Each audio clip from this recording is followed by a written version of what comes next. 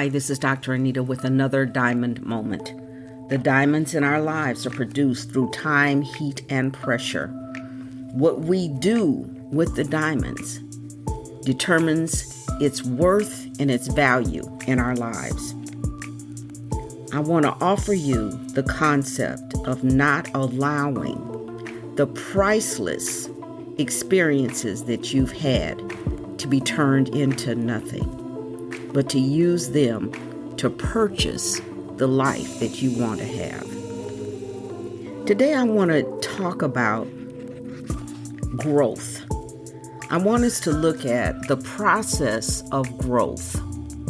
And I'm going to read one of the affirmations from a Diamond Journey journal. Becoming is a process. A process has stages relating to growth.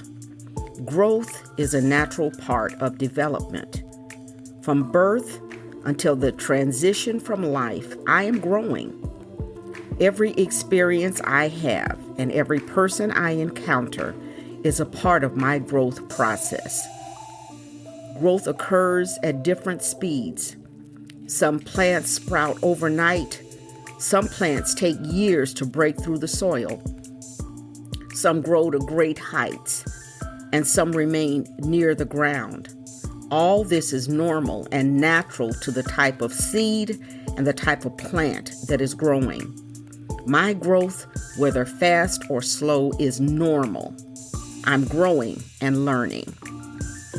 And I think sometimes we require ourselves to be beyond where we actually are in that growth process because we're either comparing ourselves to others or we are allowing others to hinder our growth. I want to remind you, and some of you, if you're younger, you may not be familiar, or it's a classic at this point, so hopefully you are, with a movie called Forrest Gump. It was Tom Hanks and an excellent cast that brought to the screen the life of a man, Forrest, who seemed like he was just bumbling through life and making unusual errors that actually positioned him in history. But it's one of the other characters in the movie that I want to point out relating to growth. And that was when Forrest went into the military and his lieutenant was Lieutenant Dan. He and his friend Bubba were just enamored with Lieutenant Dan. He seemed to be so knowledgeable and so accomplished in the military service. He knew everything. Part of the reason that Lieutenant Dan knew everything is that, as he said, a member of his family had died in every war since the Civil War. He knew how it had been passed down through the generations on how to be a soldier and how to give your life for a cause. The problem and the challenge happened because in the Vietnam War that Lieutenant Dan was serving in, Forrest was destined to be a hero. And he saved Lieutenant Dan from death. Lieutenant Dan had been severely injured. He'd had both legs amputated, and he, in his estimation, had been robbed of his destiny. He was prepared to die in service of his country. He was not prepared to live with a challenge in life. As the story progressed, we see Lieutenant Dan go through a number of emotional changes, a number of places. He lost hope at one point. He found himself enough to get to Forrest. He had what can be called the dark night of the soul, in which he went to God and said, "Why am I here? Why did you do this to me?" He fought all night long. And he came through that dark night of the soul. His path diverged from Forrest's path. And in so doing, Lieutenant Dan went to a place that was not covered in the film. But when we see him again, he is an entirely different person. He has a life that he never expected to have. He's been able to be fitted with prosthetics so that he's able to walk. He had a wife, and he came to Forrest's wedding. And it shocked Forrest to see Lieutenant Dan in the condition that he was now in, but it was directly attributed to the point when Forrest saved his life. Because up until that time, Lieutenant Dan thought his destiny was to die. So why are you bringing out this story, Dr. Anita? It's so that we can be free from someone else's reality of where we should go. Lieutenant Dan said every member of his family had died on the battlefield dating back to the Civil War, but that was not his destiny. Sometimes we vote the way we vote because everybody in our family has voted that way since. Sometimes we seek out employment because everybody in our family has done this since. Sometimes we enter into relationships that are not opportune for who we are because someone in our family has always been A. We have been positioned in this life to live our own lives.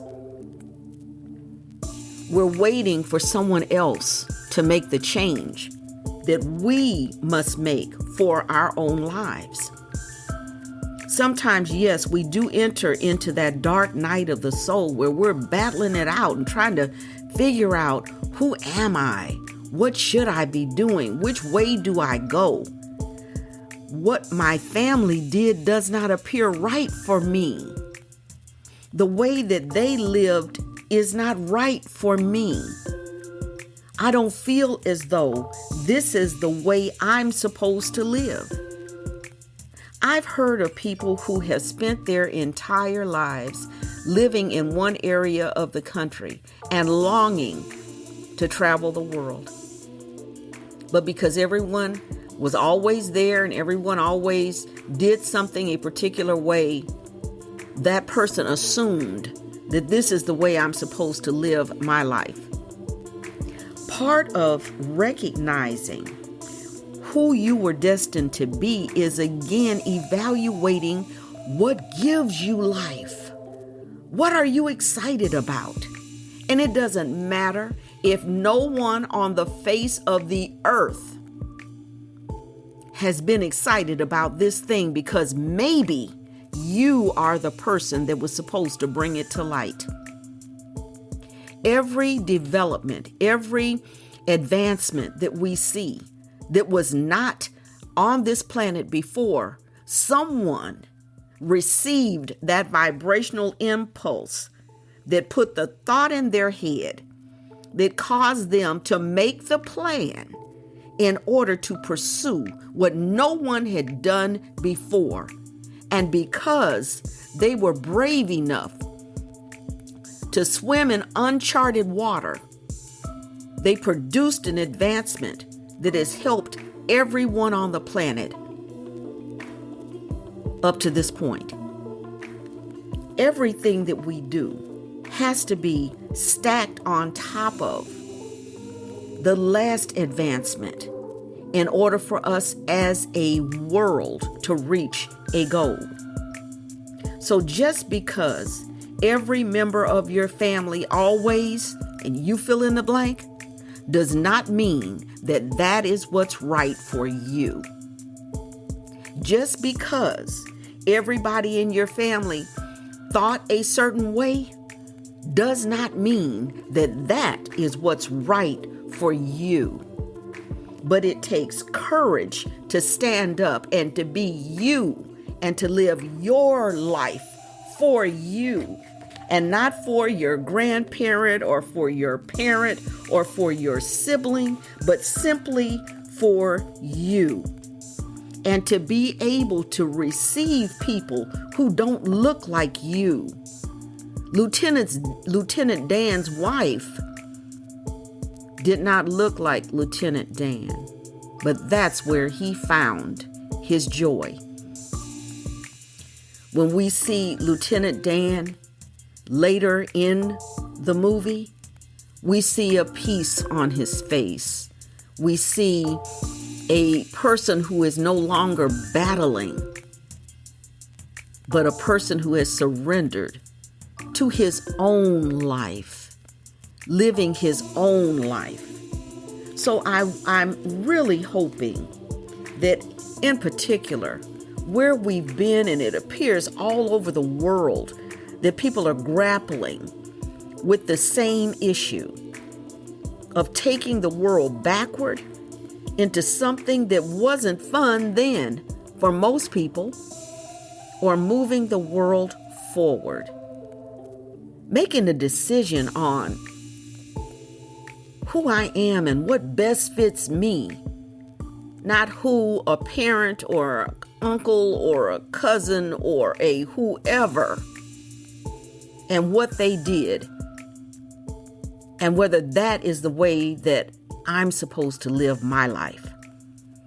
And it goes across the board, from politics to spirituality, to personal identity, to goals, to choices. And we are at a place where we can speak into that if we choose to. I want to leave one meditation for you, and hopefully this will make some sense to you. And it's about spreading our wings. I will get to know people who are different from me. We are all on this ball we call the earth together, and we can't get off. Make sure that you invite people into your lives that can give you a refreshed perspective of who you are. Simply because in this fictitious movie, Forrest Gump entered Lieutenant Dan's life. He ended up with a life he never would have imagined. Sometimes the people that have entered into your life are there for a reason. To stretch you, to cause you to question, and to cause you to free yourself from the limiting ideas and concepts and beliefs of others, to allow you to be what you never could have imagined, to give you what was never in your purview to have, because you had a different destiny, a different road in life that you were to take. If you haven't done so, please get your copy of A Diamond Journey Journal, Becoming is a Process Has Stages, by Dr. Anita McLaughlin. Visit me at my website, www.DrAnitaMc.com. That's DrAnitaMc.com. Visit me on NoomVibe. Join me on FanBase. But keep coming back.